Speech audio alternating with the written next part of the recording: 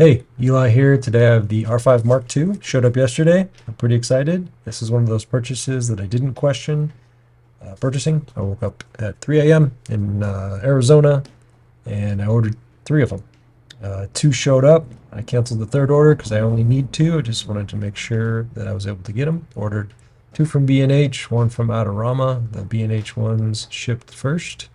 And yeah, showed up one yesterday and one today. So I went out yesterday really quickly with my daughter, went up in the mountains and tried out the autofocus. So it's just going to be strictly an autofocus test, and I'll get into other things in the future when I have some experience with them. I have a wedding tomorrow and I have a wedding next week. And yeah, my background is wedding photography the last 17 years. I photographed weddings, families, portraits, headshots, a lot of commercial work and magazine work. So pretty much everything under the sun, and more recently I've been playing a lot with video, creating small videos, engagement sessions, or elopements. So yeah, went out, true test of this camera, kid. If you can keep up with my child, then the autofocus is pretty impressive. I went out intending to show you the eye tracking autofocus. I wasn't able to get that into the Axiom screen recorder. Just didn't work, so I recorded me focusing on my daughter and taking pictures. So we're going to run through those as well as some video autofocus. The autofocus, in my opinion, is much improved. I have the R5s. I've been using the R5s for since they came out in 2020, and so I have two of these, and I have one R6 II. And the R6 II is definitely better than the R5 in some scenarios. I find that the R5 II is much smarter. We'll see in the examples that it tracks my daughter's head and not just her face, which is awesome. That's something that Sony's been doing with their new AI autofocusing chip. So let's look in the computer here, and I'll just kind of run through my daughter running around, just kind of crazy. She's eating a cookie, she's getting a little sugar high, and it's a little cold out. It was raining, and then it stopped raining. So let's look at this video, and I'll just show it to you. She's running around past me like a maniac.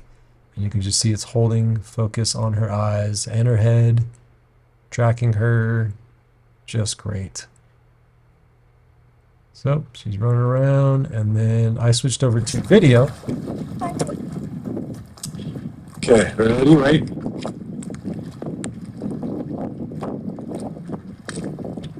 Okay, run by me.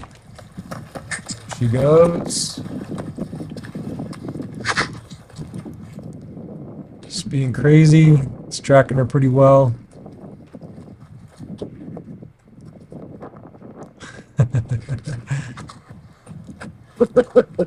Don't know why she's doing that. All right. Then this next part, so I just accidentally did video. I recorded in the camera, but that was just much easier to show you versus going through all the work. Tracking was great. I did a really good job. I'm with the 24 to 70 this whole time. And so something that I really thought was awesome is this next clip. You'll see she walks all the way away from me into the trees, and we can see that it tracks her all the way there, which is really impressive. My experience, last 3 or 4 years with the R5, it wouldn't do that. I'd have to pick a focus point and keep that focus point on my subject. But this one just pressed eye autofocus, and it just tracked her all the way. So there we go. So here, actually, first of all, I was just trying to get a photo of her busted up teeth. Not busted up teeth, her fun teeth there. She's losing and getting teeth at the same time. It's amazing. So here she walks away from me into the shadows, and it tracks her all the way through there. Oh, yeah. Well, I tracked her all the way to the trees, and when I moved over, I don't know why I clipped this out, but it tracked her into the trees. Okay, then we went out frog hunting. So there's lots of frogs in here. She's pretty far away. It's tracking her head as I get closer, and just staying on her. It's really impressive, getting her body. So it's going to be quite a game changer for work. Out in the field, shooting weddings or families. It's just going to be really nice. And here we are tracking her eyes. That positive confirmation. She caught a bunch of little baby frogs. And again, she's going to have her spin. There we go. Loving it. Yeah, just real time is quick. Yeah, cool. Okay, next I'm going to just jump through those images. I'm going to use narrative select. I used a narrative select. We'll just check all the eyes and see if they're in focus, and the photos are in focus or if they're blurry. And it'll give you a rating up here on the top. So it says 216 of my photos are probably potential good, then unlikely pics, and then undesirable. We're just going to kind of scan through some. I click this side panel here, and we can zoom in on the face, and I'm just going to click through these really fast so we can see how they look as she's running by.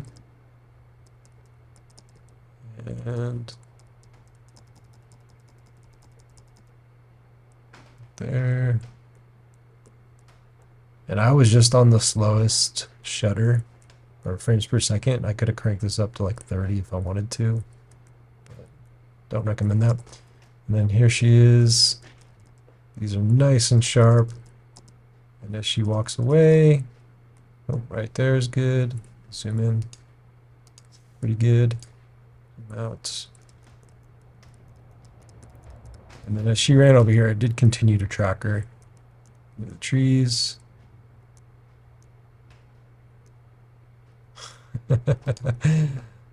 Crazy kid. All right, then we're coming into, yep, those are great. We'll jump by scenes here. Zooming in on a frog. This is just using the focus points. Back out. All right, and then these again, all just looking great. See her face here. Nice and sharp. Cool. Awesome. But yeah, there's a lot of photos there that I took, 300 photos. So yeah, I'm saying it's better for sure. I'm just gonna have to learn how to use it now that it has a real tracking mode. The R5 would track, but it just wasn't good tracking. The R6 II tracking is great, but the tracking on this is much better. So I will generally set a button to eye autofocus and then just have the tracking mode on the front, and I'll turn off subject detect so that I can have control over what I'm focusing on. For example, if I want to photograph a ring in a hand and there's a face in frame, if subject detect people is on, it'll just go straight to the face. If I'm just doing portraits, then I'll just leave subject detect on, but I'll usually turn it off and then use eye autofocus button to get my subjects in focus, or I'll just use the tracking. The eye control is better than the R3, but I'm going to have spend more time with that. Partially it's distracting. It is pretty accurate. You do have to hold your eye up to the camera at the same point every time. If I turn the camera to the side, it's easy because I don't have a big nose protruding and hitting the camera. But if I'm holding it to my face, my nose is hitting, so I'm always kind of a little bit off. And a lot of times I'll switch eyes at a wedding because I want to like use my eyes kind of evenly so I don't get too much eye blur or eye strain on one of my eyes, or I'm just in a weird position. So I don't think I'll use it much, to be honest, which is kind of a bummer. It's such a cool idea. I may use it. We'll see, more experience. But yeah, I'm just going to say probably off the bat, I'm not going to use it for the next 2 weeks for sure. I might practice with it on some family shoots or something, but it was pretty impressive compared to the R3. But again, it's more of a distraction for me. You can get rid of the circle. There's a little circle that moves around. You can change the color, the size, and the tracking speed or sensitivity. And then you can just eliminate it so you don't even see it, which is kind of cool. Like it just goes to that point or area. So if you're thinking like sections of the area of the sensor of the viewfinder, then it could work. But if you want a specific spot, sometimes I would look at something and it would be just to the right or just to the left, and that's just going to drive me nuts. So anyway, this is a very quick video, just autofocus, first thoughts, first impressions, going out with my daughter who's being a little maniac running around. It did pretty good. So I'll find out tomorrow when I'm shooting a wedding, and next week I'll have another wedding. So hopefully this is helpful, and there's more review to come. Have a good one.